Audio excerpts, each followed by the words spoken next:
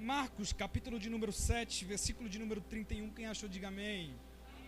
Diz assim um texto: e novamente, partindo das regiões de Tiro e Sidom, ele foi até o mar da Galileia, passando pelo litoral de Decápolis, e trouxeram-lhe um surdo que falava com dificuldade, e lhe pediram que impusesse a sua mão sobre ele, e tirando-o de dentre a multidão, pôs-lhe os dedos nos ouvidos e cuspiu, e tocou-lhe a língua, e erguendo os olhos ao céu, suspirou e disse: Efatá, isto é, seja aberto.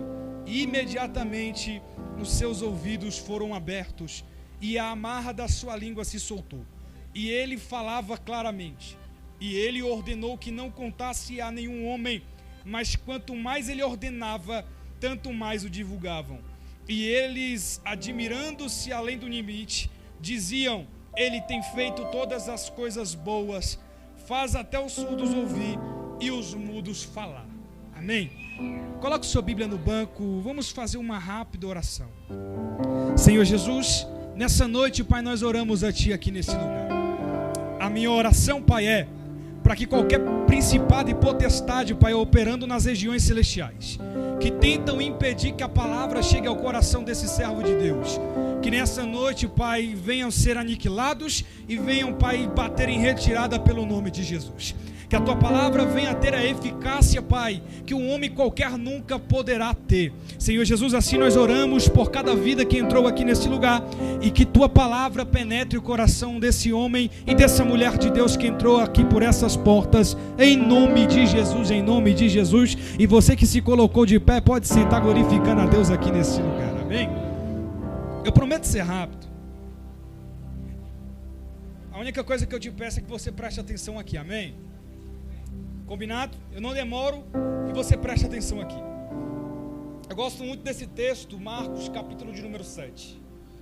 É bem verdade que quando nós olhamos para a vida do nosso Senhor Jesus, nós vamos ver Jesus em 3 faixas etárias de idade. Quero introduzir isso para a sua vida, para você entender a respeito desse texto. Vamos ver Jesus em 3 faixas etárias de idade. A primeira delas no seu nascimento. Assim que Jesus nasce, a Bíblia já diz que Jesus é perseguido. Os cosmopolitas vão dizer que uma estrela menor tende a seguir o curso de uma estrela maior. Foi justamente isso que aconteceu no dia que Jesus nasceu. Porque a Bíblia vai dizer que no dia que Jesus nasceu, a estrela de Belém brilhou no céu. Por que, Filipe? Porque o sol da justiça tinha nascido naquele dia. Jesus nasce, e a Bíblia vai dizer que Jesus já nasce sendo perseguido. Se refugia no Egito, e a Bíblia vai dizer que depois que os perseguidores do menino morrem, Jesus ele volta não para a sua terra natal, onde Jesus nasceu, em Belém da Judeia. Jesus ele vai crescer em uma terra chamada de Nazaré. É engraçado que no nascimento de Jesus, um grupo de reis magos vem até ele e vem lhe presentear, e os presentes já revela quem Jesus iria se tornar. Por quê? Qual eram os presentes? Os presentes era ouro, era incenso e era mirra. Ouro representando a sua majestade de rei, mirra simbolizando o seu ministério profético, e incenso simbolizava o seu ministério sacerdotal. Através dos presentes dos reis magos, nós já sabia quem Jesus era e iria também se tornar. É bem verdade que logo depois da perseguição que Jesus passou, logo após os perseguidores do menino morrer, e Jesus ele voltar para a sua terra, ou melhor dizendo, a terra de Nazaré, aonde Jesus cresceu e foi criado. Eu gosto muito desse texto. Quando você olha para o capítulo de número 6, há um grande questionamento a respeito disso. Porque a Bíblia vai dizer que quando Jesus ele volta para a terra de Nazaré e vai operar alguns milagres, aqueles que cresceram com Jesus vão começar a se questionar dizendo: mas não era este mesmo que andava conosco, que cresceu com a gente, este mesmo que é filho de José o carpinteiro, filho de Maria, como é que ele pode operar tantos milagres assim? É por isso que Jesus não vai operar tantos milagres em Nazaré, por causa da incredulidade do povo que cresceu com Jesus. Mas muito me chama a atenção, é a segunda faixa etária da vida de Jesus, a qual os evangelhos vai nos mostrar. Jesus vai aparecer com 12 anos de idade, e eu gosto dessa idade de Jesus, porque nesse exato momento que Jesus ele está indo concluir um ritual conhecido pelos judeus como Bar Mitzvah. Bar significa filho, Mitzvah significa lei. Era nessa idade que os meninos eles iam até o templo concluir um ritual dos judeus. E que ritual era esse, Filipe? A Bíblia vai dizer que a lei tinha que se cumprir em Jesus. Jesus ele vai até o templo para concluir esse ritual. E como era feito esse ritual? Esse ritual era feito da seguinte maneira: os meninos que completavam 12 anos de idade iam até o templo, e quando eles chegavam no templo, eles escolhiam uma parte da Torá para ser recitada naquele dia. Era quando eles recitavam uma palavra, uma parte da Torá, eles tinham que explicar, e aí eles iam perceber se esse era tal digno de escolher um mestre para caminhar com ele e ensiná-lo, até ele concluir uma idade onde ele poderia se chamar, ou melhor, ser conhecido como erudito. Jesus com 12 anos de idade, quando ele chega no templo para explicar uma parte da Torá, a Bíblia vai dizer que os mestres da lei ficam de boca abertas. Os mestres da lei vão começar a bater cabeça entre eles e se questionar quem era aquele menino. Começam a se perguntar dizendo: que menino é esse? Que sabedoria é essa? Tão pouca idade, mas tamanha sabedoria. Ele não fala como uma criança, ele já fala como alguém muito maduro. Porque quando Jesus tem 12 anos de idade, para muitos olham para Jesus e diz que Jesus é apenas uma criança. Mas quando Jesus começa a pregar, começa a falar, e a maturidade que Jesus prega não é de alguém que é uma criança. A maturidade que Jesus prega é de alguém como se fosse de idade avançada. Alguém olha para Jesus e diz: tem pouca idade, tem tão pouco de idade, mas a sabedoria é tão grande. Aqueles que estavam ali para ensinar estão sendo ensinados por aquele menino, porque alguém começa a olhar para Jesus e começa a dizer: peraí, o que esse menino, o que a gente prega para ele, ele conhece, mas o que a gente prega, ou melhor, o que ele prega para nós, a gente não sabe. O que esse menino fala, a sabedoria dele é tão grande que a gente nem entende o que ele está dizendo. E a Bíblia vai dizer, e historiadores também vão comentar, que o que Jesus vai fazer nesse dia é algo histórico. Em apenas 3 dias, Jesus ele não vai falar apenas uma parte da lei. A Bíblia vai dizer, e os historiadores também vão comentar, que é nessa idade, nesse tempo, que em 3 dias Jesus ele não vai falar apenas uma parte da lei. Jesus ele vai falar todo o Velho Testamento por completo, fazendo assim aqueles mestres da lei, sendo ensinados por Jesus, começaram a bater cabeça e se perguntar: que menino é esse? Que sabedoria é essa? Em apenas 3 dias falou todo o Velho Testamento por completo. Eu gosto disso, sabe por quê? Porque quando Jesus completa a idade de 12 anos, Jesus sabe muito bem que não pode exercer um ministério, até porque não tem experiência para tal. Jesus tem o conhecimento devido, mas não tem a experiência para tal conhecimento, para seguir um ministério. É por isso que Jesus ele vai só exercer o seu ministério com 30 anos de idade. Sabe por que tem muita gente frustrada do lado de fora? É porque tentou exercer um ministério que ainda não tinha experiência para exercer. Sabe por que tem muita gente frustrada lá fora? É porque tentou exercer aquilo que não tinha experiência para exercer. Jesus tem 12 anos de idade, já tem um conhecimento que nenhum mestre da lei tinha, mas só exerceu o seu ministério com 30 anos de idade. O nosso Senhor Jesus respeitou a lei do tempo, porque ele sabia que se ele exercesse o ministério fora do tempo, talvez não seria o que ele se tornou. Eu estou falando para alguém aqui que talvez se questionou dizendo: eu tinha muito para fluir, eu tinha muita coisa para fazer, só que a minha idade não condiz com o meu conhecimento. Só que Deus está olhando para alguém que entrou aqui nesse lugar e está dizendo para alguém: não se preocupa, porque vai chegar o tempo que eu vou honrar o teu ministério. Não se preocupa, porque vai chegar o tempo que eu vou firmar o teu ministério. Não se preocupa com isso, já tem o conhecimento devido, mas falta inexperiência. Deus está olhando para alguém aqui e está dizendo: não se preocupa, porque vai chegar o tempo. Esse tempo eu estou usando para forjar o teu caráter. Esse tempo eu estou forjando para forjar, para usar, para forjar a tua experiência. Então não se preocupa, porque está chegando o tempo. Jesus tem 12 anos, mas não se preocupa, porque ele sabe muito bem que não tem experiência para continuar o ministério. É por isso que Jesus só exerce com 30 anos. Isso mexe comigo, porque é nessa idade de 30 anos que os sacerdotes assumiam o ministério. E foi justamente nessa idade que Jesus ele assumiu o ministério. Quando, Filipe? Mateus capítulo de número 4. Você vai ver, Mateus capítulo de número 3, perdão.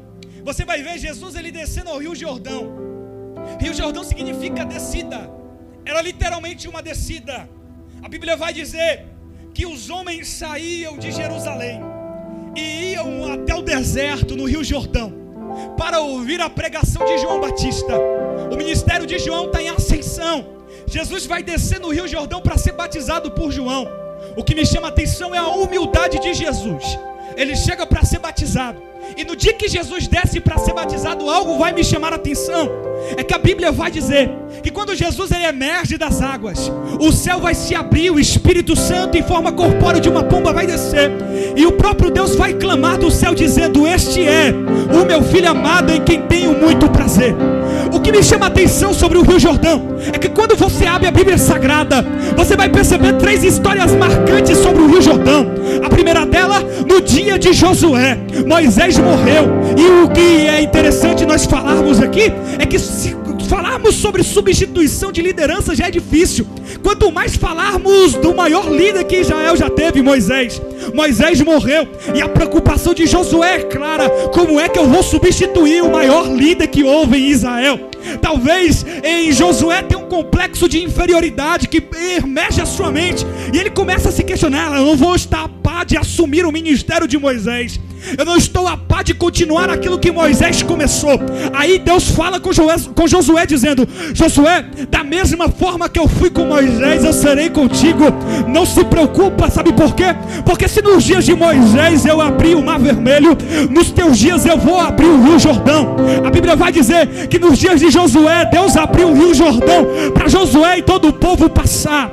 Só que a segunda história muito marcante sobre o Rio Jordão é da mesma forma. Elias desce o Rio Jordão, Deus abre o Rio Jordão para Elias. E a terceira história marcante sobre o Rio Jordão é no dia de Eliseu. A Bíblia vai dizer que 50 profetas que seguiam Elias não acreditam no ministério profético de Eliseu, e por não acreditarem vão procurar o seu Senhor. Eliseu olha para eles e diz: não, o seu Senhor já foi retirado de vós, não precisam ir procurar. E assim eles vão procurar, ficam 3 dias procurando e não acham, voltam até Eliseu. Aí a Bíblia vai dizer que Deus vai abrir o Rio Jordão para Eliseu. Assim aqueles homens começaram a acreditar no ministério profético de Eliseu. Só que o que me chama a atenção é no dia que Jesus desce no Rio Jordão, Peniel, porque a Bíblia vai dizer que não é o Rio Jordão que vai se abrir. Eu vou repetir só uma vez: no dia que Jesus desce no Rio Jordão, não vai ser o rio que vai se abrir. A Bíblia vai dizer que o que vai se abrir é o céu. Não foi o rio que se abriu. O que vai se abrir naquele dia que Jesus desceu é o céu.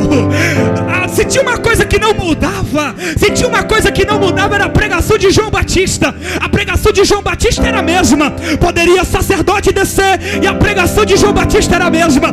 Poderia profeta descer e a pregação era a mesma. E qual era a pregação? Raça de víboras, quem vos ensinou a fugir da ira vindoura? Não sabeis vós que o machado já está posto à raiz, e aquele que não produzir, pois frutos dignos de arrependimento, será cortado e lançado ao fogo. Mas no dia que Jesus desceu para ser batizado, João Batista olha para Jesus e diz: eis aí o Cordeiro de Deus que tira o pecado do mundo.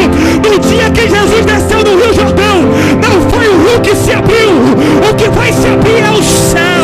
Eu seria um pregador muito sem fé para dizer para você que hoje o rio vai se abrir, mas não vai ser o rio que vai se abrir. O que vai se abrir vai ser o céu.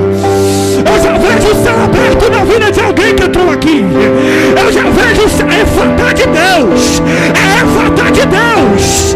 O céu já se abriu para alguém aqui. Quem acredita nisso, já tem céu aberto, já tem. Jesus desce e o céu se abre. Perceba, o clamor que Deus faz no céu é: este é o meu filho amado. Perceba, o que Deus deposita sobre Jesus é a sua paternidade. Este é o meu filho. No capítulo de número 4, o exímio pregador Gabriel Silva tem um livro, você pode adquirir também no final do culto. Eu já vou adquirir o meu. Uma exposição sobre Mateus capítulo de número 4. Engraçado que quem conduz Jesus não é o diabo, quem conduz Jesus é o Espírito. O Espírito conduz Jesus para o deserto, para ser tentado por o diabo. Então não é o diabo que conduz, e não é o espírito que tenta. Quem conduz é o espírito e quem tenta é o diabo. A Bíblia vai dizer que a primeira coisa que o diabo vai fazer é tentar anular aquilo que Deus depositou sobre Jesus. Você já percebeu que a maior astúcia do inimigo é tentar anular aquilo que Deus prometeu para você? Você já percebeu que a maior astúcia do inimigo é tentar anular aquilo que o Deus um dia te prometeu? É por isso que eu vim aqui nesse lugar para dizer para você: hoje o efatá de Deus vai acontecer na sua vida. Felipe, eu não entendi. Deus está dizendo: aquilo que estava travado até o dia de hoje vai se abrir. Aquilo que estava travado até o dia de hoje vai ser destravado. Aquilo que não fluía até o dia de hoje vai começar a fluir. Aquilo que não estava acontecendo até o dia de hoje vai começar a acontecer. Eu não saí da Santa Maria para dizer para você que Deus pode e não pode fazer. Eu vim aqui dizer que Deus já está abrindo o céu para você. E o efatá de Deus vai acontecer. Quem acredita nisso, dá um brado de glória.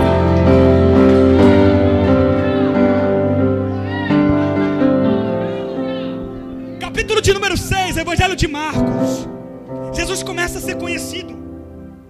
O texto vai dizer que Jesus fica com receio. Então, Jesus ele vai se esconder por dois motivos. O primeiro deles, por causa da ascensão do ministério de Jesus e os milagres que Jesus opera. Os judeus querem consagrar Jesus a rei. Jesus, com medo disso, vai se esconder. O segundo motivo é que os mestres, os fariseus, já estão procurando um motivo para matar Jesus. Quando você olha o capítulo de número 7, começo do capítulo, você vai perceber que os homens já estão procurando um motivo. Eles já começam a olhar para os discípulos de Jesus e começam a dizer: olha, eles estão comendo e não estão lavando as suas mãos. Olha o que eles estão fazendo. Não é do nosso costume e da nossa tradição.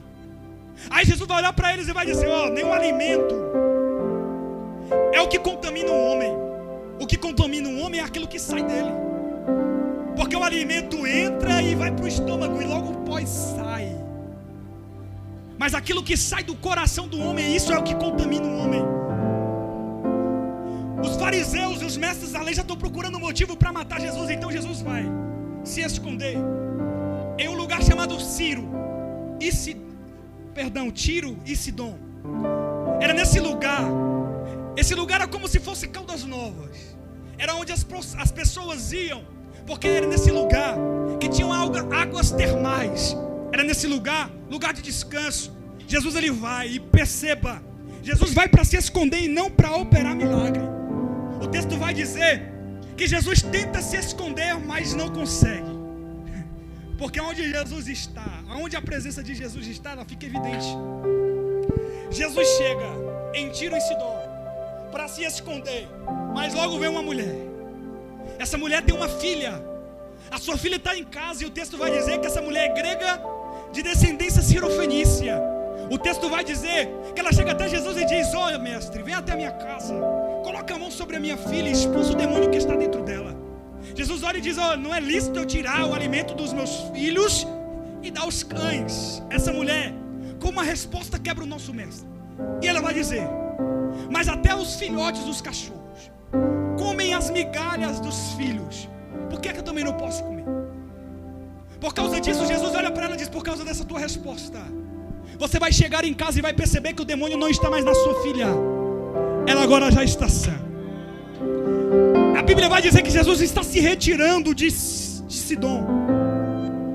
Ele está chegando no litoral de Decápolis. E quando Jesus chega no litoral de Decápolis, a Bíblia vai dizer, olhe para cá, eu encerro agora. Evangelho de Marcos, capítulo de número 7, verso de número 31. Jesus ele chega ao litoral de Decápolis. E trouxeram um homem que era surdo e tinha dificuldade na fala. Chegaram até Jesus e disseram assim: coloque a mão sobre ele. Peniel, eles estavam acostumados a ver Jesus curar colocando a mão. Pastor Daniel, eles estavam acostumados a ver Jesus colocar a mão e a pessoa que estava enferma ser curada. O que aqueles homens estavam com a sua expectativa é: Jesus vai colocar a mão e esse homem não vai ser mais o mesmo. Só que o que Jesus vai fazer vai surpreender. Olhe para cá, porque o que Jesus vai fazer vai surpreender aqueles homens. Porque Jesus não vai segundo as expectativas que os homens criaram sobre ele. Jesus vai além. Não sei se você entendeu, mas eu vou liberar isso para a sua vida.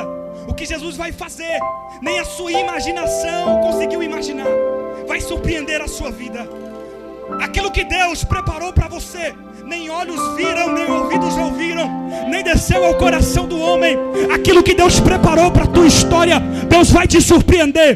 Filipe, eu não estou entendendo. O Efatá de Deus chegou para a tua vida, e aquilo que a expectativa humana criou sobre você vai ser muito maior aquilo que Deus preparou.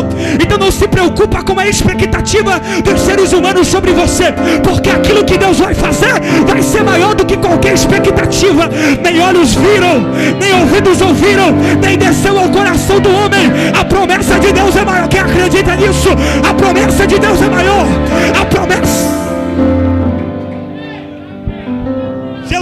Jesus, com seus dedos tampa os ouvidos do homem, toca na língua dele, cospe, e o texto diz que Jesus diz uma palavra. Marcos é o único escritor que ele traz a etimologia da palavra, Efatá, que significa abra-te, ou sejam abertos. A partir daquele momento, aquele homem começa a ouvir e começa a falar. Olhe para cá, porque o texto vai dizer que logo após isso, imediatamente, Jesus olha para todos aqueles que estavam ali e diz: ó, não conta nada disso que aconteceu, não fale para ninguém. Mas nem precisava, porque quanto mais Jesus dizia não é para divulgar, mais Jesus era divulgado. Quanto mais Jesus dizia não precisa compartilhar, mais Jesus era divulgado. Quanto mais Jesus dizia não precisa curtir, mais Jesus era divulgado. Quanto mais Jesus dizia não precisa comentar, mais Jesus era divulgado. Eu estou falando para alguém aqui que não precisa de ponte de ninguém, mas o milagre que Deus vai fazer na tua vida vai ser conhecido nos quatro cantos dessa terra. Eu não sei se você pegou isso daqui, mas eu vou liberar de novo. Aquilo que Deus vai fazer na tua história não precisa de ser divulgado por presidente nenhum, não precisa ser divulgado por nenhum influenciador. Não. Aquilo que Deus vai fazer na tua história vai ser conhecido nos quatro cantos dessa terra. Filipe, eu não estou entendendo, deixa eu te explicar.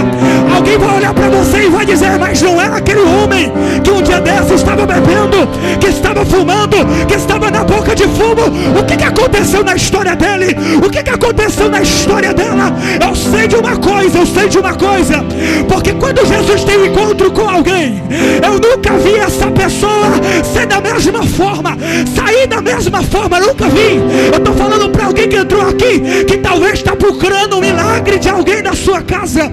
Eu estou pregando para alguém que entrou aqui nesse lugar, que talvez está procurando um milagre na vida de alguém, e Deus está dizendo: não se preocupa, porque eu estou entrando lá hoje. Não se preocupa, porque eu estou entrando na tua casa hoje. Não se preocupa, porque aquilo que estava travado vai ser destravado hoje. Aquilo que não acontecia vai acontecer hoje. Aquilo que as ramaias, eu sinto Jesus aqui, eu sinto Jesus dizer que o Efatá de Deus já chegou para a vida de alguém, que o Efatá de Deus já...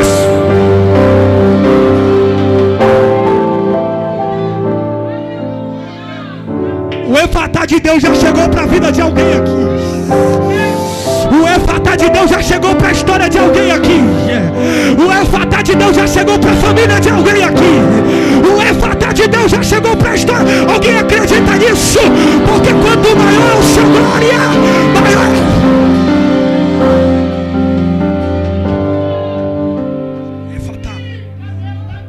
Efatá, sejam abertos.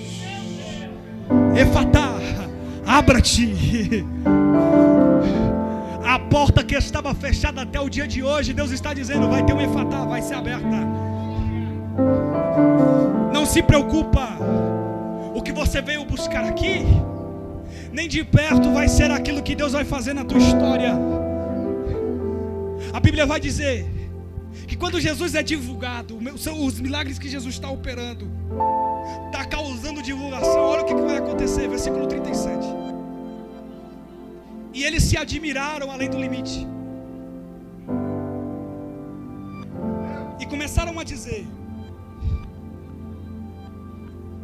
Ele tem feito todas essas coisas boas. Faz até surdo ouvir e mudo falar. Se coloque de pé.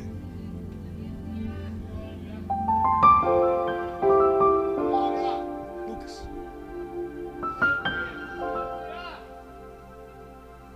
O que Deus vai fazer na história da sua vida vai ficar marcado para sempre.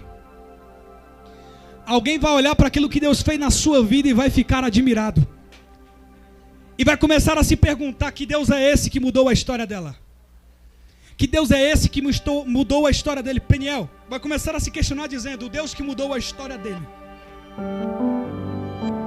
o Deus que mudou a história dela, eu também quero que mude a minha história. Filipe, eu não estou entendendo, deixa eu te explicar. O milagre que Deus vai fazer na tua história vai ser tão grande que as pessoas vão olhar para a sua vida e vai dizer: o Deus que entrou na vida dela e mudou a história dela por completo, eu quero que entre na minha história e mude a minha vida por completo. O Efatá de Deus chegou para a tua história hoje. O Efatá de Deus chegou para a tua vida hoje. Eu não estou pregando para você aqui um Deus que está morto, não. Eu estou pregando para você um Deus que está vivo. Ele vive, ele não está morto.